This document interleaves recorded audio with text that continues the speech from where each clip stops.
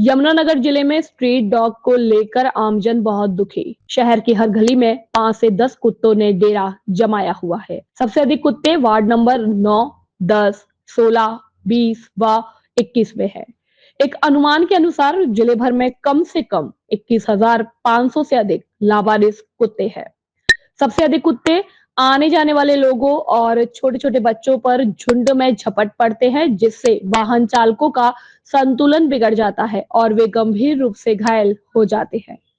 इसी वर्ष अक्टूबर माह में बाग बकरी चाय के 49 वर्षीय मालिक और सीईओ पराग देसाई ने सैर करते हुए कुत्तों के हमले में घायल होकर अपनी जान गंवाई है। वे 15 दिन जायडस अस्पताल में वेंटिलेटर पर रहे। उनके इलाज पर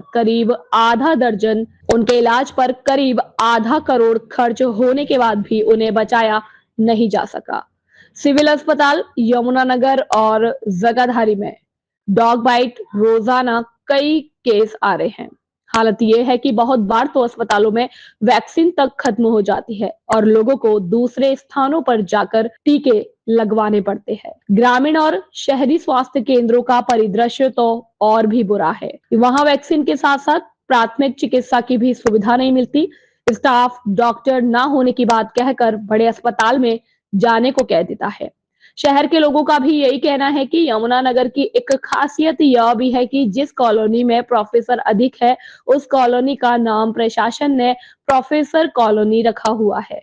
जिसमें लेबर ज्यादा है उसका लेबर कॉलोनी, और जहां बैंक कर्मी अधिक रहते हैं उसे बैंक कॉलोनी का नाम दिया हुआ है। अब उनका कहना यह है कि आजकल हमारे शहर में कुत्ते बहुत हो गए हैं और अब हमारे शहर का नाम भी बदल दिया जाए। वैसे भी देश भर में बहुत से जिलों के नाम बदले जा रहे हैं। जिस पावन यमुना नहर के नाम पर शहर बसा हुआ है, वो नहर वैसे भी सीवरेज के पानी गिरने के कारण गंदा नाला बन चुकी है।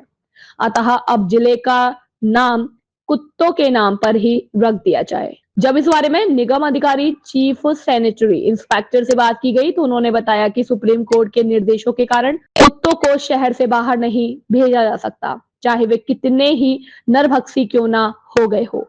उन्हें नसबंदी का टीका लगाकर उसी गली में दोबारा छोड़ा जा सकता है, कहीं और नहीं। फिलहाल टीकों से 700 के लगभग कुत्तों की नसबंदी करने के लिए निविदा लगाई जा रही है। आगे जरूरत पड़ने और फंड आने पर और विचार किया जाएगा। गौरतलब है कि 3 वर्ष पहले भी कुत्तों को हरियाणा भर में 17 करोड़ की लागत से नसबंदी के टीके लगे थे। इन टीकों का परिणाम इतना शानदार रहा कि पूरे राज्य में कुत्ते 8 से 10 गुना और बढ़ गए। यमुनानगर से ब्यूरो चीफ संदीप गांधी की देखिए ये खास रिपोर्ट। तो सबसे पहले आप बताइए कि कुत्तों के मुद्दे के ऊपर क्या क्या कंप्लेंट हो रही है और क्या क्या प्रशासन कर रहा है।